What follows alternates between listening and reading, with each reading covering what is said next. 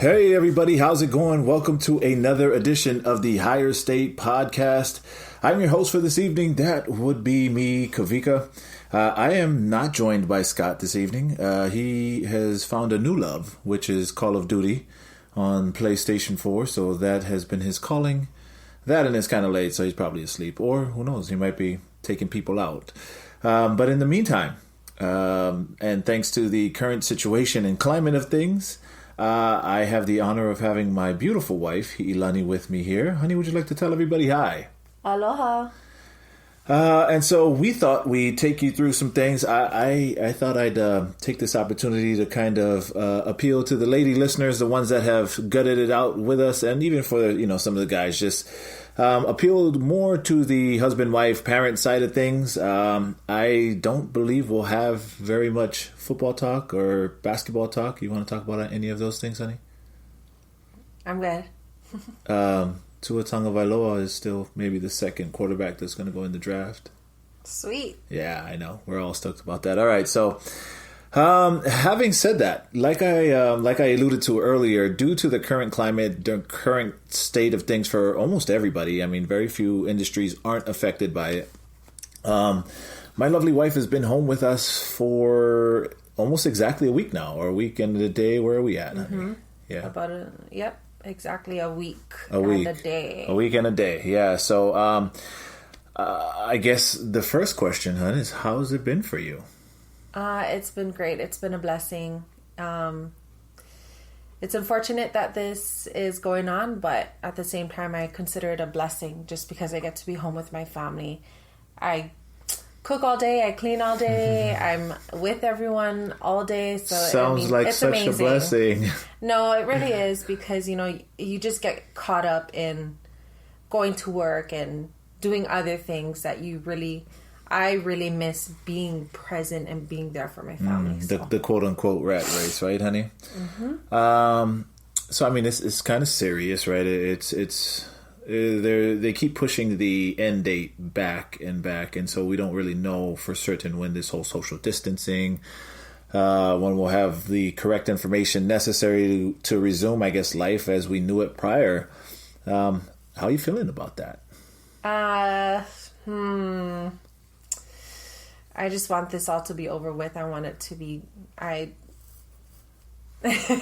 mean, are you anxious? Are you? I get it. Like, we're all kind of at this point. We're all kind of, and I say stir crazy, but it's just It's always nice to be able to stop and breathe. Stop and smell the roses, so to speak. But at this point, it's long overdue. And how's this? Stopping and smelling the roses is great when you choose to do it, right? Yeah. But when it's imposed by some kind of an outside force, that's kind of a different thing. So I don't know. I guess I just wanted to ask you, for everybody else, like, how are you feeling? Because there's other people out there that probably feel the same way that you do. It does make me anxious. Yes. I can't wait to go back to work, but I'm just soaking all of this up. So yeah. I mean, that's really, when things are so far out of your control, there's really not much we can do, right? I mean, it's like some higher force just intended for this to happen, and maybe it was something that needed to happen. I mean, it feels like a negative thing, but so many positive things have come out from it, right? What have you been like? Other than, of course, taking care of us, me and the baby, we thank you, and of course the bigger kids. But like, what else have you found yourself able to do a little more? Workout. Yeah. Especially with my husband. Yeah. So I mean, that's always awesome. Something that I've been wanting to do for a while. Yeah. We only get to do that sparingly. Yeah. Not all the time. So. Yeah. Riding bikes. Yeah, I did mention Workouts. On the last episode that we did purchase some bikes, right? So I know for me, and this is not necessarily one of the pros, but I've been able to indulge some of the friends that tag you, and I'm sure everybody has a bunch of friends or a group of friends that tag you on social media and stuff like that. So, like those challenges and stuff. What about you, honey? Have you come across any cool challenges? Anything that you like? Yeah, I'm about to start a new challenge because really I I haven't. Breaking news, guys. All right. I am not one for the challenges. I think that it's just too much for me. I'm not trying to be on social media all the time because I just want to be busy being present. So I'm going to start a Disney challenge. It's a 15-day challenge. And Disney 15-day challenge. It's just, I know. It's so short. I think it's 15. It could be 19 or 20. I know it's not 20. I feel like, so first of all... today is day one because it's April 1st. But the speed limit at Disneyland is 14 miles an hour. The address at Disneyland is 1313. I'm not the one who came up with this. I'm just saying that I'm about to start the challenge today. Was it a cast member that came up with this? It's not. It's obviously not a cast member that came up with Let's see what this Disney challenge... Okay, I'm sorry. Please elaborate. I'm cutting you off. And so day one is a picture of Main Street. So I'm excited about that. We have a bunch of pictures. We do. So I'm excited to look for all the cute ones and post it up. You know what I forgot to mention is that I started to read again. Mm-hmm. Girl, Wash Your Face. Rachel Hollis. Oh, I'm sorry. That is the name of your book. Okay, I thought you were inspiring women to wash their face regularly. Absolutely. Because washing your hands is such a new thing, right? Mm-hmm. So, like, apparently it's a new novel idea. Mm-hmm. So, girl, wash your face. Okay, so I see reading. And where are you at in that book? I just started it, so I am on chapter 4. Okay, chapter 4. But where did you hear about the book, and why did you decide to pick up of all the titles that you could have read? Like, obviously, you could have read. Star Wars, Labyrinth of Evil, Attack of the Clones, or Dark Lord, which is the Rise of Darth Vader. You chose Girl Wash Your Face by Rachel Hollis. Why did you choose that? Well, I've been meaning to read it, actually flip the pages and read it, because the first time I had it on audiobook, so I just listened to her speak to me, and that was great. But was it Rachel Hollis herself? Or yes, was it was. Yeah, okay, because I feel like it's a different thing when the author actually gets to do the audiobook themselves. Because a lot of times professional voice actors will do the books for you. But I really feel like if the author is into it, like you probably get a little more out of it. But it is also just as gratifying to read it yourself. So sorry, go ahead. Continue. Yeah. So it was laying on the side. I've been meaning to read it, and so I just figured it was meant to be. How did you hear about it? Oh, I'm sorry. Of course, it was all over social media, but a group of us at work decided to all get the book and start reading it together. So again, the Disney influences carry on into the home. So at the Aulani, the ladies there apparently are reading or have read Girl Wash Your Face by Rachel Hollis. Yeah. Nice. Okay, so, I guess that answers what you've been doing. So how's about this? Scott and I talked about the shows that we binge watch, or, some of the things. Scott actually loves to be the movie kind of commentator. He's our Siskel and Ebert, if you will, all by himself. But what about you? Have you found any good shows? Anything that appeal to the ladies, or anyone? Have you found any good shows? Just... Go ahead, say it. Just say it. The Tiger King. I mean, that's about it. Tiger now. King. Okay. Well, we watched White Chicks, which is one of my favorites, of course, because classic. It's hilarious. Yes. That is timeless. And just so you guys know, we purchased White Chicks. Like, we need to have that at our disposal any time of day when we feel like it. So it is purchased in the Smith household. Yep. So, but I'm looking forward to... Oh, and Tosh.0, of course. Tosh.0. See, you guys, this is my wife. But, by the way, Emily, Emily? Yes. Emily loves Tosh.0. Oh, she would love Tosh.0. She would love Tosh.0. Yes, I agree. But hold on. So, because Tiger King seems to be like the trending thing, actually, it's maybe like on it's like at the peak, but like on the downward slope side of the peak. But let me get your reactions from Tiger King. What'd you think? What did you think? From a lady's standpoint. I don't know how relevant that is, because Joe Exotic is. Yeah, I definitely think she killed her husband. Carolyn Baskin. Yeah, he is just overboard, and I agree with some of the things that what's the name of his first boo? Jonathan. Is it? It's Jonathan. You're talking about the guy with no teeth, right? The guy who smoked. Oh, I smoked all of those. I must have smoked them. Well, anyway, someone in the... It's Jonathan, the guy with all the tattoos, right? Yes. And the no more teeth? Yes, that's the one. Yeah, it's Jonathan. But, shoot, I think it's him who said it, but no, it's not.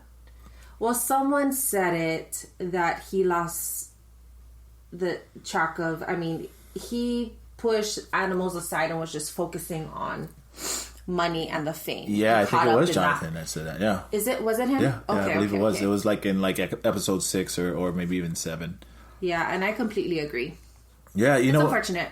It's amazing to me, one, that there's such a person as Joe Exotic, and I never heard of him. But it's so funny because, you guys, of course, this is my wife, so she's drawn into everything that I make her watch. I basically force feed her all this crap. So that's why we watch Tiger King. That's how because something about it, I was like, the great thing about it is when you go across Netflix, like they had Joe Exotic's mugshot. And then like in the description, it says a zookeeper and murder and a love triangle. And it's just like so many things. You're like, what? How can all of this exist in one story?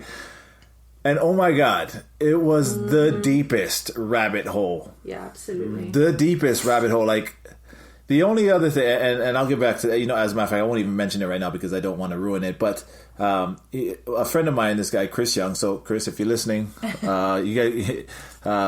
you had a very great, very astute quote that you said, I'm so glad that I finished watching Tiger King so I don't have to watch it anymore. Yeah, I agree. Because, like, it just got so overwhelmingly deep. Like, he has this park. There's this lady who wants to get him out of business, and then he goes hardcore after her. Yeah. He's an amazing country singer. She's a horrible singer. I'm pretty sure she's the devil incarnate. Yeah. Like, it's just, it's amazing. And then they have all this great footage. The place burns down. There's a plot, like he tries to hire somebody. Like, there's just so much in this story. First of all, I remember telling you, I was like, I thought it was done at episode 6. I can't believe there's an episode 7. But guys, there was still so much more to go in episode 7. Mm-hmm. Wait, was it you that read that headline? Or maybe I read it myself where it said that Tiger King focused on Joe Exotic and literally everything except for the tigers. Mm-hmm. And obviously that's a little exaggerated, but it's not too far off the mark. Like, really, I mean, we do have a little more awareness, but I considering all the rare animals that we saw running around in that place, I really was surprised at how animals. Yeah, well, I mean, so there was a liger, white tigers, snow leopards. Like, snow leopards in the wild is like seeing a unicorn. It's like seeing the Yeti. That's how rare those things are. So I thought that was amazing. So so okay, the Tiger King. Anything else that you watched? Oh, and White Chicks and Tosh Point Oh.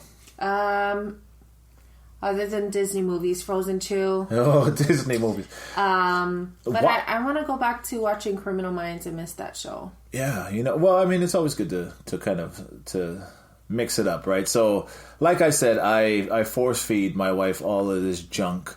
And I'm going to blame Bronson for this next one because he's the idiot who told me to watch it. And so, of course, obviously, my wife ended up watching it. And even when she was asleep, she was like, subliminally watching it because I was watching it while she was sleeping right there. But on Netflix, we watch Slobby's World. Now, I also have another podcast called the Murphy Street Podcast, which is for, like, that one caters to my toy collecting or nerd side of things. And that's pretty much exactly what this guy, Slobby's World, does. And his name is Slobby Robbie. He got the name from the Garbage Pail Kid. And what he does is he has a niche market of...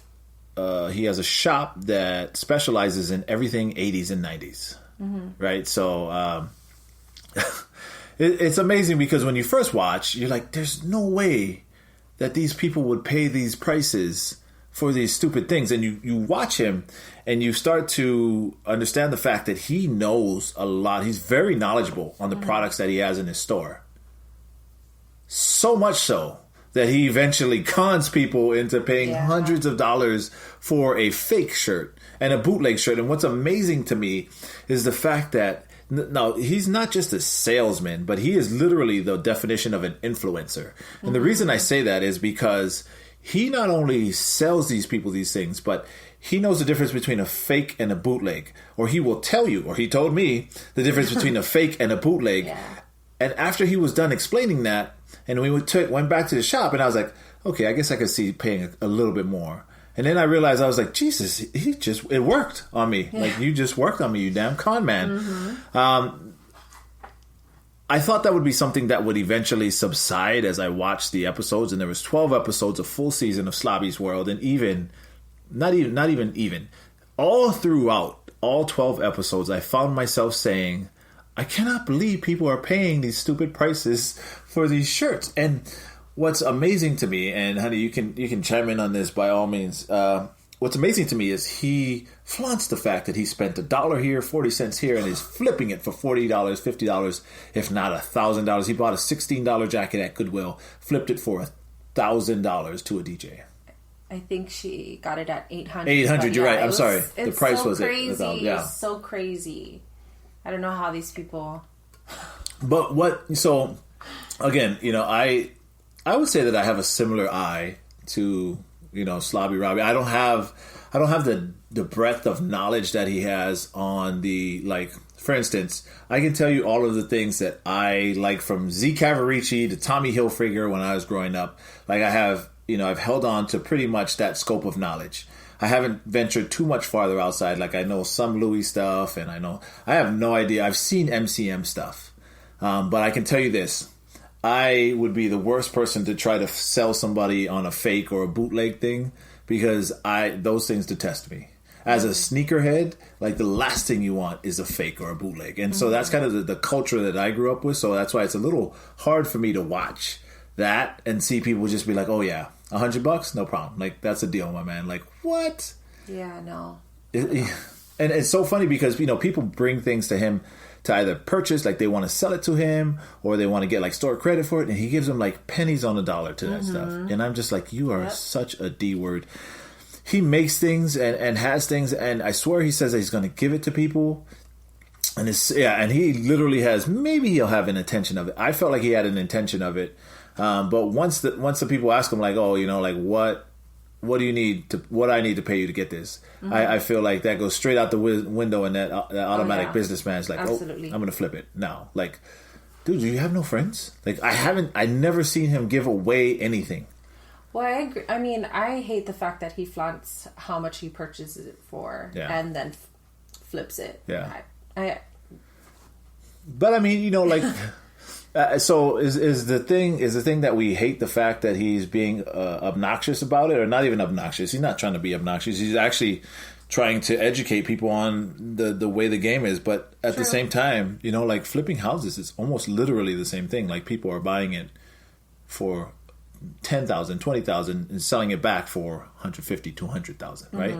True. Like, it's the same ratio. So I think it's just the fact that he's so big and loud about stuff like that it's just like, ugh, you're such a D word.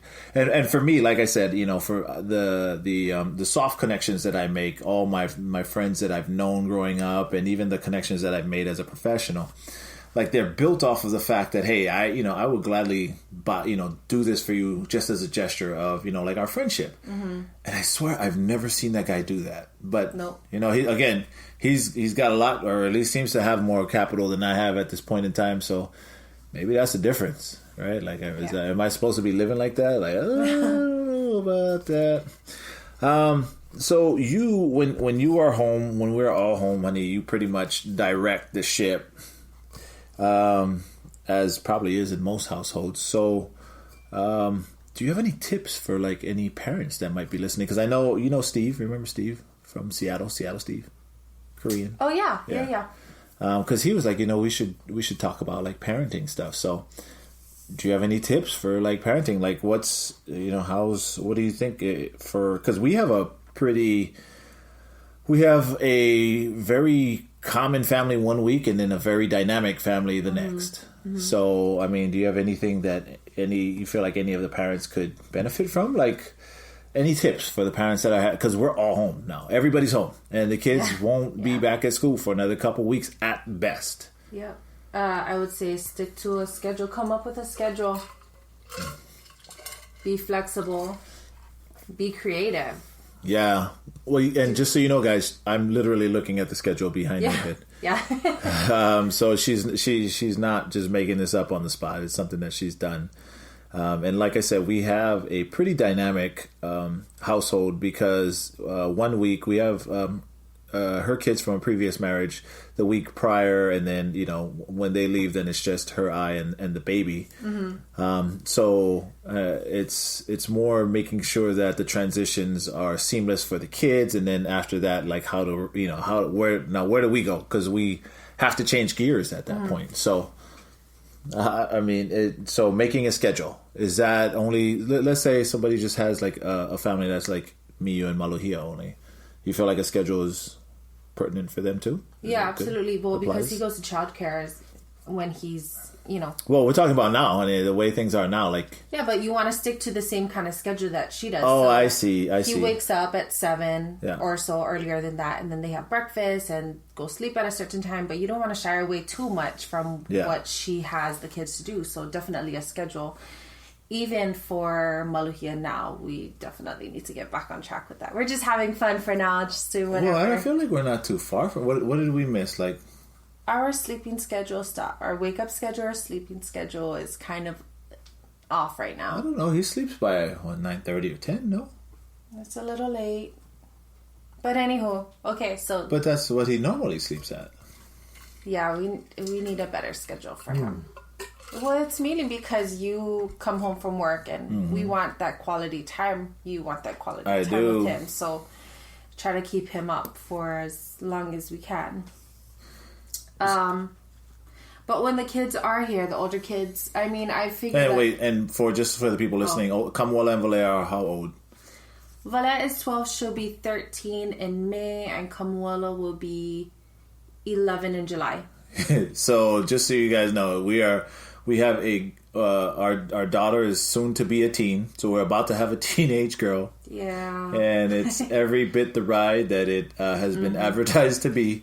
And Kamuela is a 10-year-old boy. He's a 10-year-old boy. I can't say he's the average 10-year-old boy, but he has things that he likes and things that he doesn't like, just like every other boy. So it's just about getting his attention and keeping him focused. So you mentioned getting creative. Like, what is getting creative? What do you mean? Growing up, we had science books.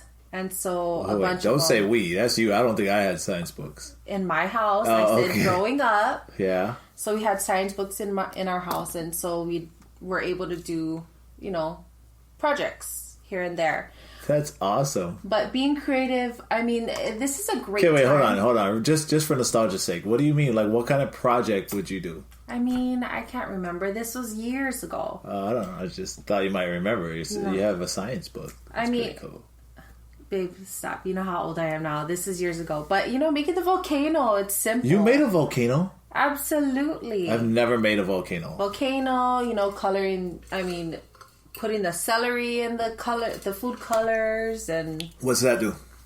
It changes the color of the celery. So if you put it in water with blue food coloring, the celery will turn blue or red. The entire celery? Mm-hmm. Why? Because it's soaking up. Oh, because the celery drinks and disperses. Gotcha. Okay. Wow. See, look at that. Learn something new every day. Gotcha. So those are two cool little science experiments to do with your kids. Continue. Sorry. But this is a great opportunity to teach your kids how to cook, how to clean certain things. Chores around the house that they don't normally get to do, but make desserts. Teach them how to cook a delicious meal, their favorite meal, and have them do that, often. I'm enjoying that quality time with them. Yeah, and the one thing I think from my perspective in the house that's super important is that balance. Mommy really drives. She's really she's the disciplinarian. Not that I'm not the disciplinarian either, because I am very, I grew up very strict household, and by strict I just mean you needed to have your manners. Your manners needed to be on point. And so that's kind of the thing that I police. But other than that, like, she has the schedule for the kids. She expects them to stick to it. And sometimes, you know, like when I talk about balance, like for me, I need to be like, hey, maybe you should try and have something, like do something fun. Like you need to stop being, you know, you don't have to be the teacher all the time. Sometimes you can be the you know, the coach instead, you know, where you're not necessarily always just like drilling them and they're like dreading to come and see you or talk to you, like, and then you just have fun. And so, you know, it's that balance in the house that I feel like is super important. Definitely helps, especially when you're spending so much more time now. Yeah. Right? Because, like, granted, it's funny that the kids say they want to go to school, but if you tell them to read for 20 minutes, sometimes it can be like pulling teeth. Yeah. Right? So, and we understand when they say they want to go to school, it's for the social aspect of it. And oddly enough, you know, sometimes we have to force them to go outside. And even though they love that social aspect so much, it's like, go outside. Look, like we have to have kid sightings over here. Like, oh, did you just see that girl go by? Yeah. Like if you were outside, you would have seen that girl go by. Now you only want to talk to somebody, you got nobody to talk to. And, you know, so it's just trying to make the most of the kids' times, you know, especially for talking about being present earlier. A lot of times, like, as a parent, you want to make sure that you're not like completely facing the phone the entire day. Yeah. You know, because it's so easy to get caught up in that, whether you're looking at emails or just looking at social media, just kind of vegging out yourself. Unfortunately, as a parent, like your responsibility is to the kids first. Yeah. So that is so hard. Yeah, like, and you know what? If you keep on doing that, that's exactly what they're going to do. Yeah, you're paving the way for them. Exactly right. They're going to think it's okay. Well, you know what, honey? You always cook for us, and so we're probably just a couple minutes away from wrapping up, but I just wanted to see if you had a dish that, like, any parent could cook or make for their kid or kids while they're home, like just a quick go-to, because you cook literally everything for us except for the one or two things that I cook. So, like, what's an easy go-to, like, always hits? Chili. Chili. It does. Spaghetti. Well, what makes yours so special though? Like, what do you put in your chili? Love. Okay. Well, what kind of ingredients does love consist of is the question. I mean, just your normal ingredients. Hamburger, lots of garlic. I think that's it. I put a lot of garlic and corn. I love corn in my chili, so... Yeah. Hamburger. So, in other words, you like chili con carne. I see. You want to know what's funny? Is when I was growing up, I always thought chili con carne meant chili with corn. I always thought it was chili with cornbread. I don't know what that... Well, carne is meat, right? So, okay. Like carne asada. Yeah. So obviously we're both off, but we were raised in Hawaii, so who cares? So as a matter of fact, literally every one of these kids mop their chili. So at what point do you add, and how much garlic do you put in your chili? I add a few cloves of garlic, actually. Minced? Yes, minced. Not too fine though. Okay, and because you like those little soft those nodules. Spices. Yeah. Mm-hmm. Yeah. Okay, and at what point do you add it to your chili? After the meat is brown, then add the garlic and onions, then the seasoning, pepper, chili powder. Where does the corn come in? After that. Then after I add all the corn. that stuff. Yeah. Then corn I add the is like last. No. Then I add the corn, the kidney beans, love kidney beans, and tomato soup. Oh, yes, obviously. Hence the color. All right. Well, there you go. Chili with garlic. Chili con carne with garlic. Yeah. Chili con maesa con carne. And one last question just before we head out. What would you say is a guilty pleasure for you? It's a family show. So I know. Keep that in mind.